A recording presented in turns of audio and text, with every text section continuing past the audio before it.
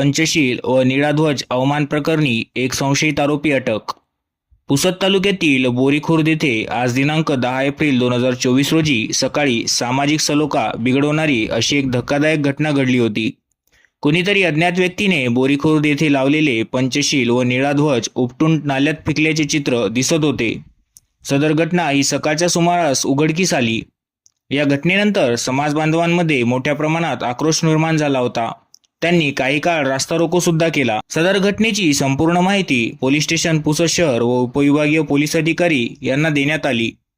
यावेळी कोणताही अनुचित प्रकार घडू नये व कायदा व सुव्यवस्था अबाधित राहावी याकरिता उपविभागीय पोलीस अधिकारी श्री पंकज अतुलकर हे पोलिसांचा मोठा फौजफाटा घेऊन घटनास्थळी हजर झाले होते व त्यांनी जमलेल्या सर्व नागरिकांना शांतता ठेवण्याचे आवाहन सुद्धा केले आणि लवकरच अज्ञात आरोपीला अटक करण्याचे आश्वासन सुद्धा त्यांनी दिले होते।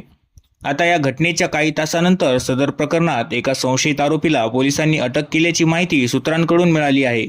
सदर आरोपी कोण आहे आणि त्यांनी असे का केले हे मात्र अद्यापही गूढ आहे। तसेच सदर घटना ही येणाऱ्या काळातील निवडणुका, राजकीय वातावरण तापविणे किंवा दोन समाजात जातीय तेढ निर्माण करण्यासाठी जाणूनबुजून करण्यात आली का असा प्रश्न उपस्थित होत आहे। सदर घटना ही अत्यंत निंदनीय असून या घटनेचा हिंद न्यूज सुद्धा पूर्णपणे निषेध करते।